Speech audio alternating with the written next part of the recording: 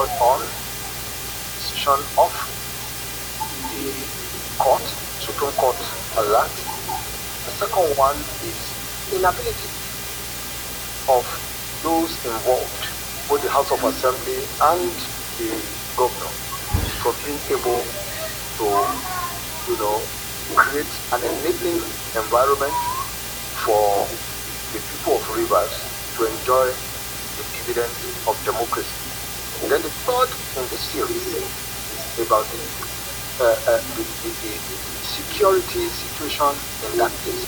There were what I will call telegraphing of the militants, I will say by the governor, and the reason I said so was when he beckoned to them that, to let them know when it was time to act to the militants.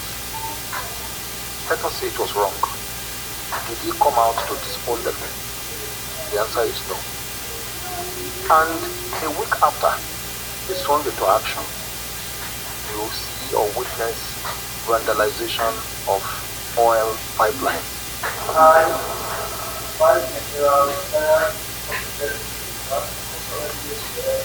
Meanwhile, the newly appointed Rivers State Administrator was sworn in during a brief ceremony in the State House. We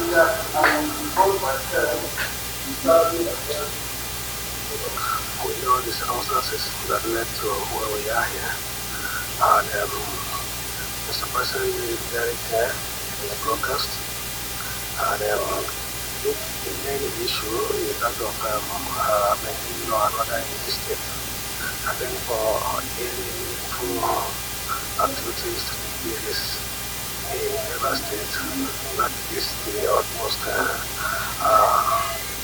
I have to work together with all other stakeholders to ensure that we bring peace, order, and security and stability to the people and government of Rivers State and Nigeria at large. He invoked his powers given to him by that section. The president does not like his face. Can he go No. That's not the point. That's not the point. You cannot. The Constitution has set out, stipulated the conditions under which the office of a governor may be declared vacant, either temporarily or permanently. We say in law, the express mention of one thing is the exclusion of another. There's no provision in the Constitution for the suspension of a governor. A governor will be removed from office on grounds of ill health, if he dies in office, if he's impeached, or if he resigns. And those are the conditions under which a governor can do secede, whether temporarily by way of suspension or removal by impeachment or whatever. Once those conditions are set out, you cannot go to Section 305 and read into it what is not there.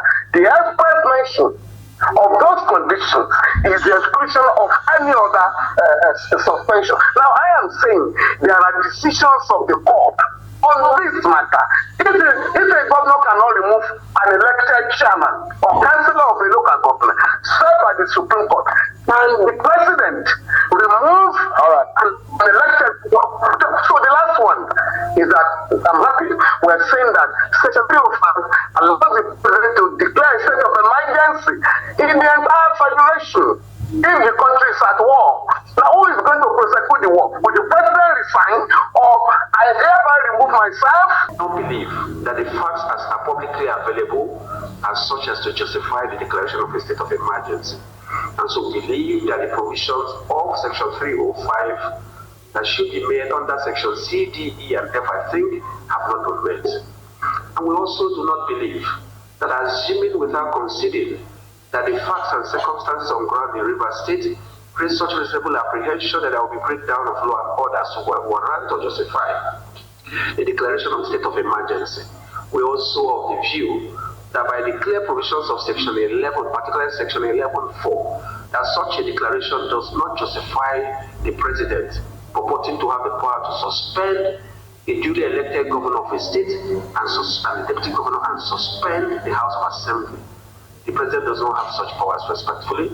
If you look at Section 11.1 and 11.2 of the 1999 Constitution, they make it clear that while the National Assembly can, during such periods of emergency, make laws for a state or part of the federation where there's been a declaration of emergency, that the House of Assembly can continue to make laws with respect to certain essential services. The essence of state of emergency is not to authorize a president to dissolve democratically elected officials or to suspend state of emergency in Rivers State, removing the duly elected governor and deputy governor from office and suspending the State House of Assembly for 6 months. These actions constitute a serious assault on Nigeria's constitutional democracy and a dangerous threat to constitutional rule in Nigeria that must not be allowed to stand. The removal of governor and state legislators is a grave violation of the principles of separation of powers and the democratic rights of the people of Rivers State. The Senate and the House of Representatives must uphold this constitutional duty to check executive excesses and defend Nigeria's democratic institutions. We urge lawmakers to immediately reject the unconstitutional overreach by the presidency, thereby preventing an authoritarian drift that threatens the stability of our nation. Hence, the Senate in a closed session received briefing from the President of the Senate on the circumstances of the proclamation of a state of emergency declared by Mr. President, Commander-in-Chief, Asiwaju Bola Ahmed Tinubu, GCFR, President, Commander-in-Chief, Federal Republic of Nigeria, on the state of affairs in Rivers State. And the Senate resolved as follows. 1. The Senate invokes the powers conferred on it by Section 305, subsection 2 of the 1999 Constitution of the Federal Republic of Nigeria as amended, and approve the proclamation of state of emergency declared by Mr. President in Rivers State of Nigeria.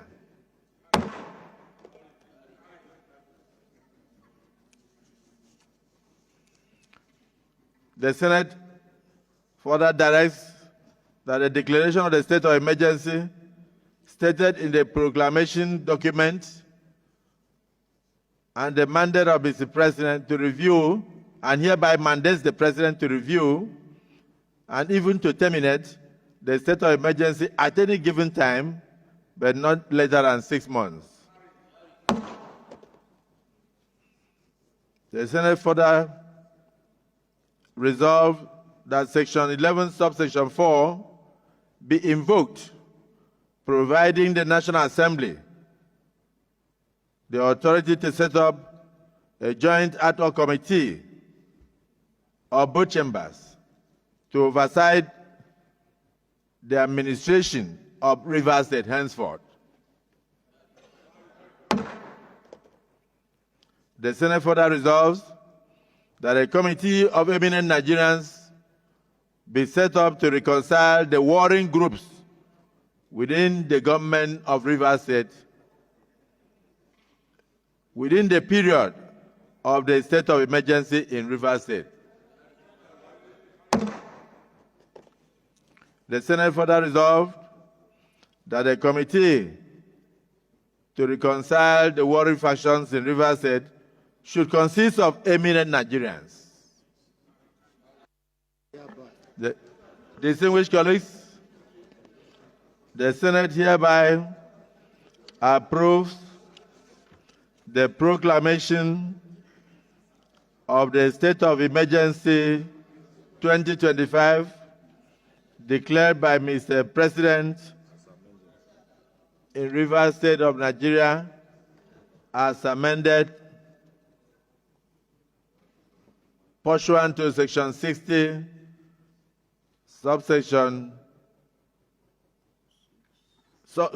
pursuant to Section 60 of the Constitution, Section 305, subsection 2, and pursuant to our rules, Rules 1, sub B of the standing orders of the Senate, and also pursuant to rules 134, 135, and 136 of the Senate of the Federal Republic of Nigeria. Those in support of the declaration of the state of emergency in Rivers State say aye. And those against say nay. The ayes have it in unanimity.